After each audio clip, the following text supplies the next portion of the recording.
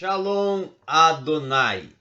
É mais uma vez um grande prazer estar convosco para estarmos juntos estudando o conteúdo da revista Fundamentos da Fé Cristã, volume 2, onde estamos tratando assuntos importantíssimos da fé cristã. Esta é uma revista da editora Seymour, realizada e desenvolvida para estudos bíblicos da Igreja Unida e Convenção Unida Internacional. Eu sou o pastor Danilo Palar Lemos, o comentarista deste trimestre e também o responsável pelos subsídios bíblicos, teológicos, históricos e agora também pedagógicos.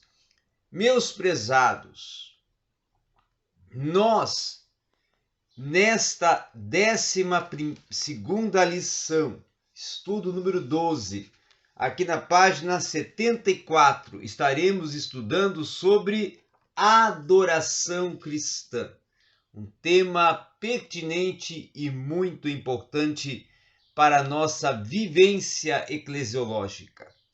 Quando nós falamos de adoração cristã, tem dois termos gregos muito importantes que nós temos que avaliar e analisar. O primeiro é o proskuneu. Proskuneu é um termo grego que ele é o termo, vamos dizer assim, genitivo utilizado para se estar indicando uma adoração.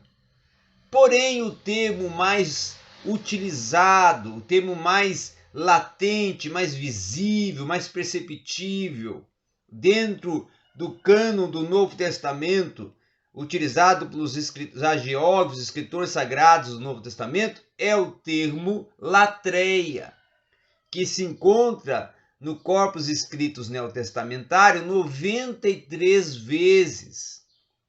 Então, esse termo latreia, ele indica prostrar-se, servir, submeter, colocar-se de uma forma inclinada, não é? Totalmente reverente, demonstrando numa condição de entrega, de serviço, de total zelo, de total comprometimento, né? Com isso, claro que latreia vai dar um sentido também, uma conotação com a adoração, porque a adoração a Deus está relacionada a serviço, a servir, até no sentido do proskuneu, a prostrar-se, a se derramar na presença de Deus, tá? E o adorador deve ser aquele não somente que se prostra, mas que se rende, que se submete e que se entrega à total disposição de Deus, como um servo fiel. Esta é a identificação mais peculiar e abrangente para o termo latreia. Agora, entrando já no nosso conteúdo e desenvolvendo aqui o comentário dos tópicos, o primeiro tópico, não é? Vai falar sobre a essência da adoração e ele vai ter, claro, seus dois subtópicos, tratando o chamado à adoração e o segundo, o aspecto crucial da adoração. O primeiro tópico que fala sobre o aspecto, vamos dizer assim, a essência da adoração. Qual que é a essência? O que é falar sobre essência?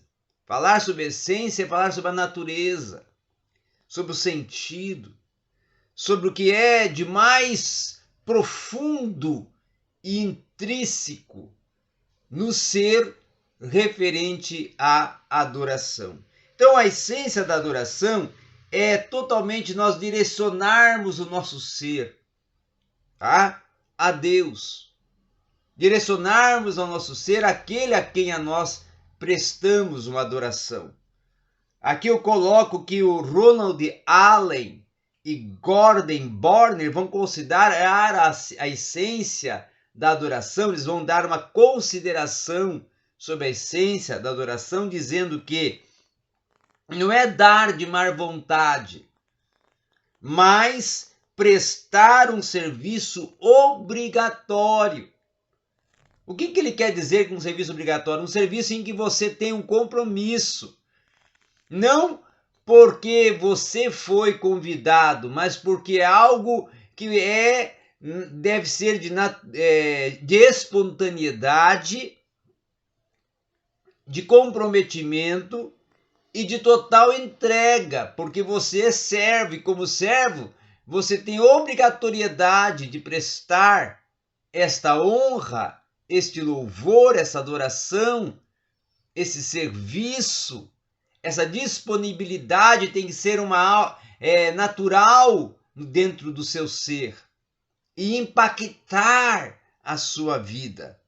Então, o melhor do nosso ser, com todas as nossas forças, todas as nossas disposições, com todas as nossas capacidades inatas, e quando eu falo capacidades, não só as naturais, mas também as sobrenaturais, relacionando aí os dons espirituais, deve de ser empregados para podermos prestar uma adoração cada vez mais expressiva a Deus.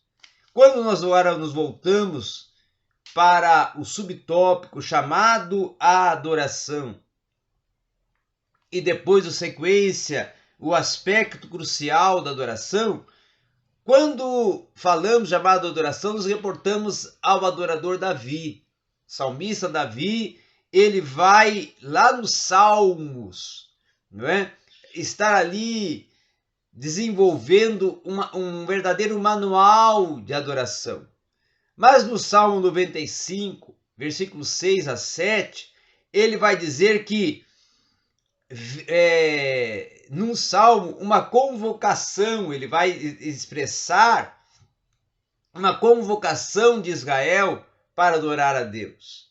E assim ele escreve: venham, prostremo-nos. Aí olha como entra-se o termo proscuneu relacionado à adoração. Prostremo-nos, tá?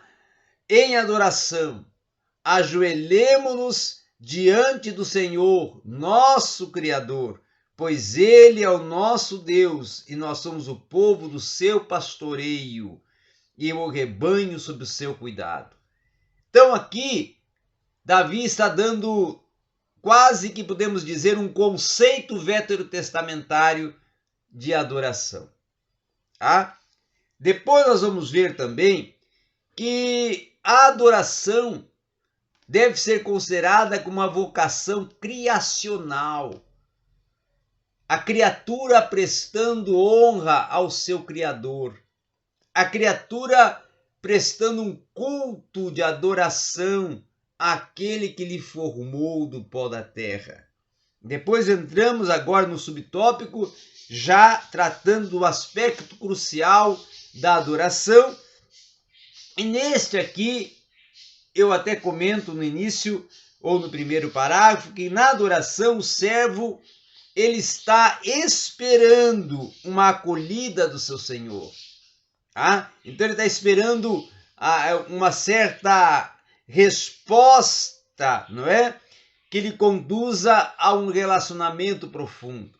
Ele presta adoração e ele aguarda ali uma confirmação da sua adoração e uma abertura até para ele poder prestar uma adoração com muito maior identificação.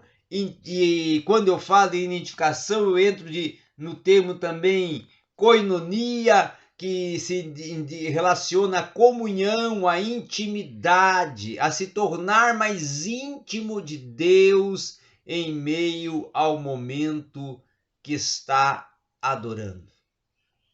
Agora também nós podemos ver que a adoração está relacionada com o diálogo. um diálogo entre criatura e Criador, servo e Senhor, não é? No nosso caso, o fiel ao Senhor Deus Todo-Poderoso. E aqui também nós temos que nos voltarmos para olharmos e atentarmos que tem aqui um sentido escatológico, quando a adoração nos permite entrar na dimensão do reino futuro e eterno de Deus, como uma preparação para o momento que iremos viver na eternidade, que será um momento de prestarmos eternamente adoração e compomos com os anjos, arcanjos, querubins, serafins, com toda a estrutura de adoradores celestiais que já estão sobre o trono e ao redor do trono do Cordeiro, podermos juntos com eles também compor esse grande coral celeste e bradarmos adoração àquele que está sentado no alto e sublime trono. E agora nós voltamos para já o segundo tópico, que vai tratar sobre a adoração que Deus requer do seu povo.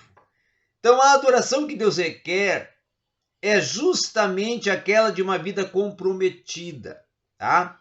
Uma vida que tem a sua integralidade com Deus e que implica, assim, em se apresentar perante Deus, guardando-se de uma vida pecaminosa, sem formalismo ou até um ritual, mas sim uma vida de sinceridade, integridade, devoção, entrega para uma adoração perfeita.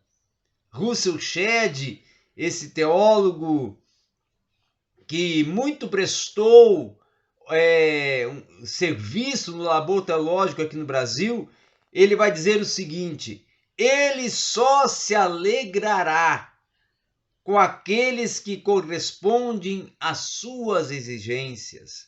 A adoração em espírito e em verdade, ela exige um temor a Deus, a qual deve se fazer acompanhar de uma religiosidade externa.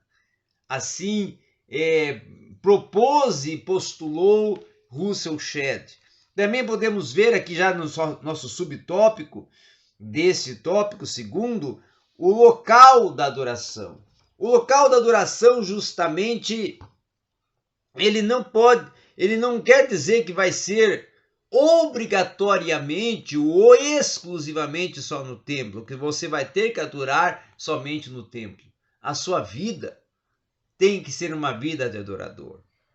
Em qualquer local e lugar aonde você estiver, demonstrar que é um adorador e que presta esta adoração a Deus em todo o seu tempo, em toda a sua vida e em toda a sua essência.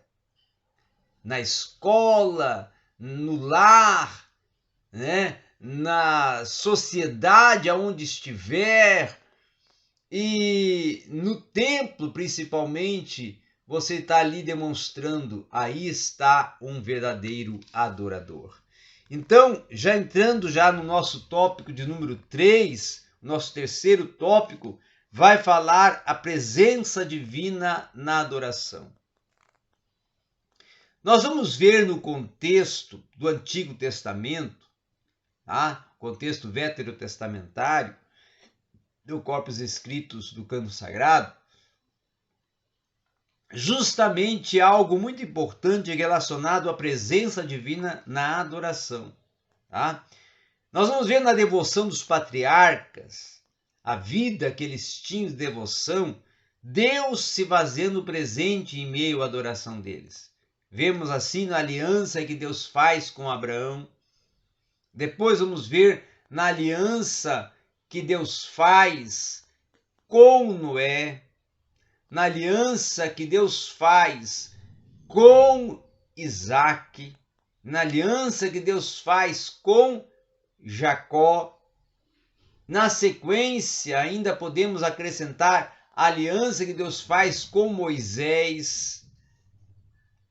alianças dentro do contexto veterotestamentário que se identificam como pactos para momentos específicos em que Deus não só assinalou uma promessa e deu ali toda a sua diretriz para que esse pacto tornasse efetivo, mas também mostrou que estava presente na vida, no andar, no transitar de cada um desses patriarcas e que se agradava das suas adorações e da sua integralidade de vida devota a Deus.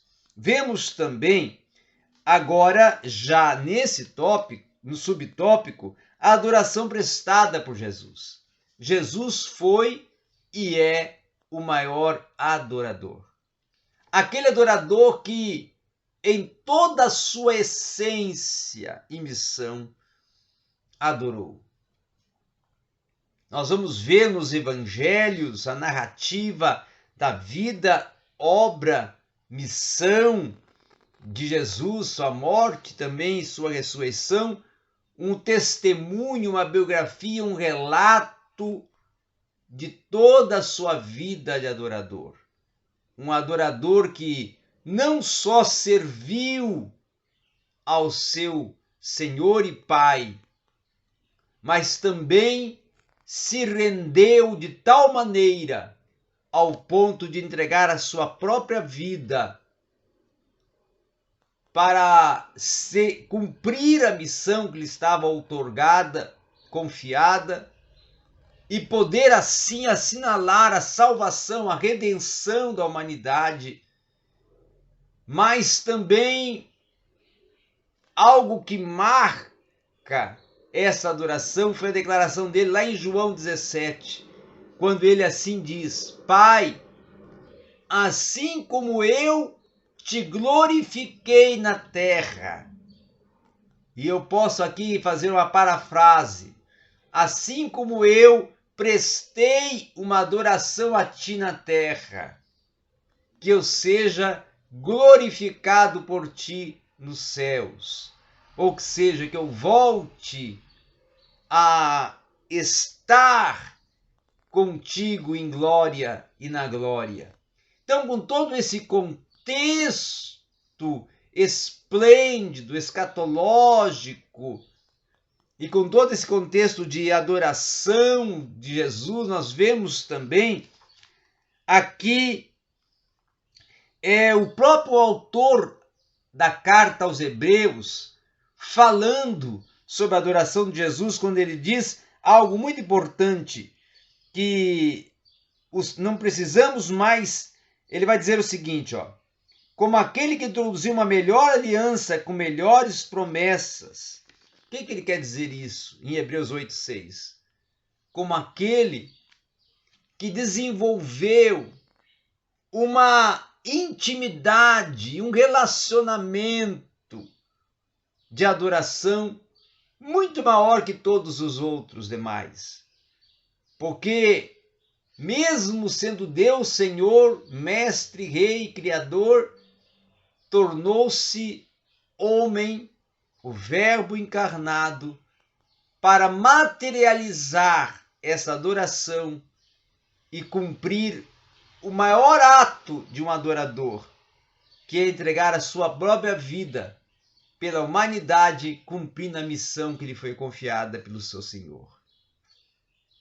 Agora vejamos aqui também, já entrando no tópico de número... Ainda antes de entrar no tópico número 4, eu quero ainda mencionar o subtópico desse terceiro tópico, tá? O agir do Espírito Santo na adoração da igreja. Quando a igreja adora, o corpo coletivo, o corpo de Cristo presta aquela adoração, em meio àquela adoração, o Espírito está manifesto. Não visivelmente, não visivelmente. Você não vai ver ele, mas vai sentir a sua presença, exalando graça, exalando poder e exalando devoção e quebrantamento em meio ao povo quando esse presta adoração a Deus. É como se tivesse um emanar da presença de Deus nesse momento através da presença do Espírito. Agora entramos já no tópico de número 4, quando ali está a forma da adoração. Quando estudamos os livros de Salmos, nós vamos ter ali toda uma didática, todo um conteúdo didático sobre a adoração, o prestar adoração, o desenvolver uma vida de adorador. Mas a adoração, ela tem vários elementos pertinentes. E eu coloco aqui um comentário neste conteúdo do Allen e Bohor, tá? Quando eu vou dizendo assim: Deus tem anseios referentes aos nossos cultos de adoração na atualidade. Ele tem anseios não só quanto ao que é feito, mas também como é feito. No Salmo 95 encontramos uma admirável mistura de uma série de atitudes que Deus deseja de nós, quando nos colocamos diante dele em verdadeira adoração. Ou seja, quando estamos no culto, quando estamos na presença de Deus em uma verdadeira adoração, que possamos nos apresentar a Ele com alma pura, quebrantada, com uma vida de um adorador que está trilhando o caminho da santificação, buscando esse aperfeiçoamento espiritual para poder melhor se parecer e se identificar com o seu Senhor, não é? Não somente segui-lo, mas identificar-se com ele. Agora vemos também aqui a formação espiritual, o subtópico desse tópico 4, quando eu falo que a adoração, a sua forma está também relacionada com a formação espiritual, com o nosso crescimento espiritual, com o nosso aperfeiçoamento espiritual, com a nossa vida sendo moldada, preparada, aperfeiçoada, trabalhada por Deus, para assim nós estarmos cada vez mais aptos, prontos para prestarmos e cumprirmos com a missão a qual que Ele tem nos confiado. E aqui eu faço uma ressalva, que todos nós devemos nos preparar e aperfeiçoar para poder melhor servir ao nosso Senhor. Os salmos, hinos e cânticos espirituais são os elementos centrais da adoração que, inclusive, o apóstolo Paulo vai referenciar na sua epístola aos Efésios e Colossenses, justamente como um prestar de uma adoração. Uma adoração que ela está indicando justamente um louvor em que você presta ações de graças, que você presta um cântico, que você celebra com hinos de louvor, que você celebra com musicalidade, com harmonia, e que você celebra com devoção e principalmente você percebe e sente o mover do Espírito através desta coletividade de elementos que compõem uma adoração. Os benefícios da adoração são que a adoração promove a intimidade. A adoração promove um transcender de nós para Deus. Nós nos elevamos até Deus e com isso ocorre uma imanência. Deus vem até nós. Na adoração há uma cura emocional. Na adoração há um relacionamento íntimo. Na adoração há uma restauração, uma revitalização e uma identificação com o Pai, da criatura com o seu Criador, do Filho com o Pai. É nesse momento que nós sentimos e concretizamos a expressão Abba, Pai. Agora entramos já na nossa parte derradeira, nos dois últimos subtópicos desse quinto tópico geral, quando eu falo segurança e visão transformada. A adoração edifica a fé sobre a rocha verdadeira, que é Cristo, a pedra angular. E isso nos concede segurança, e isso nos concede proteção, e isso nos concede ampliamento da nossa visão celestial. O benefício relacional e judicial da presença de Deus. Esses são dois benefícios também concedidos, alcançados com a adoração. Justamente a harmonia e a unidade, aonde nós vemos assim que a adoração promove, concede toda uma condição de nós podermos também sentir e efetivar a justiça de Deus em nossas vidas. E quando eu falo de justiça, eu falo de perfeição, de retidão, eu falo de intervenção de Deus em nossas causas. Quando nós adoramos, eles também está Deus intervindo em nossas causas, agindo por nós, operando em nós e atuando em nossa vida de uma forma sobrenatural, de uma forma toda especial. E isto é a marca, é o ato, é o sentido aplicativo judicial, jurídico da adoração, aonde Deus, o nosso Senhor, mas também o nosso Paracleto, o Espírito Santo, ele presta toda uma intervenção por nós, no sentido de advogar as nossas causas. Agora, vamos nos direcionar, nesses minutos que restam, ao subsídio teológico que está aqui na página 79, com o título O Transcender da Adoração nos Horizontes da Adoração Pentecostal. Eu escrevi, num dos meus livros, o seguinte comentário. No transcender e também fluir das emoções na adoração pentecostal, é produzido um significado que vai além da experiência humana.